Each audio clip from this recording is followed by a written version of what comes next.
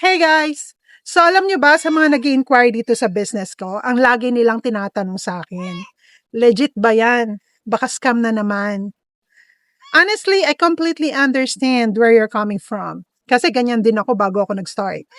Sa dami na nagkalat online na nagsasabi na legit daw sila, pero nawawala rin after a few months. So normal lang talaga yung pagiging skeptical.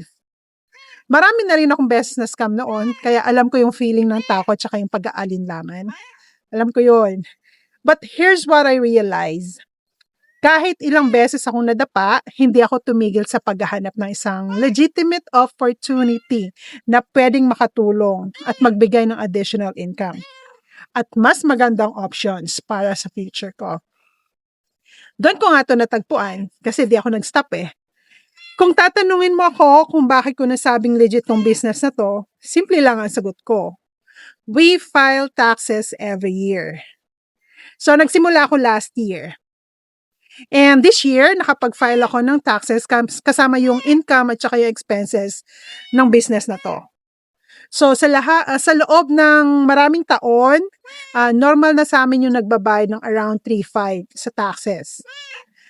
Pero because of this legitimate business deductions at saka yung tax write-offs, nakatanggap kami ng almost $7,000 tax refund. This year, para sa akin, malaking patunay na yon na totoo yung business na to at hindi lang siya basta hype. And aside from that, yung company na we partnered with, 52 years na siya sa industry. So, mas matanda pa siya sa akin.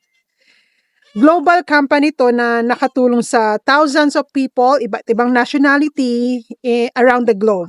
Okay? At hindi rin ito overnight success. Kung naghahanap ka ng instant yaman, no. That's not how it is. May training, may learning process, may skills na kailangan mong matutunan. It's like yung parang nagtatanim ka or magtatanim ka muna, learn the skills, stay consistent, then harvest later on. So kung naghahanap ka ng opportunity na pwedeng makatulong sa'yo, hindi lang financially, kundi pati sa personal growth at pag-develop ng bagong skills, baka worth taking a look ito.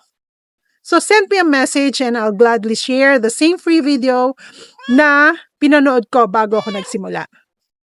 No pressure, no obligation, just information so you can decide for yourself. Have a good one!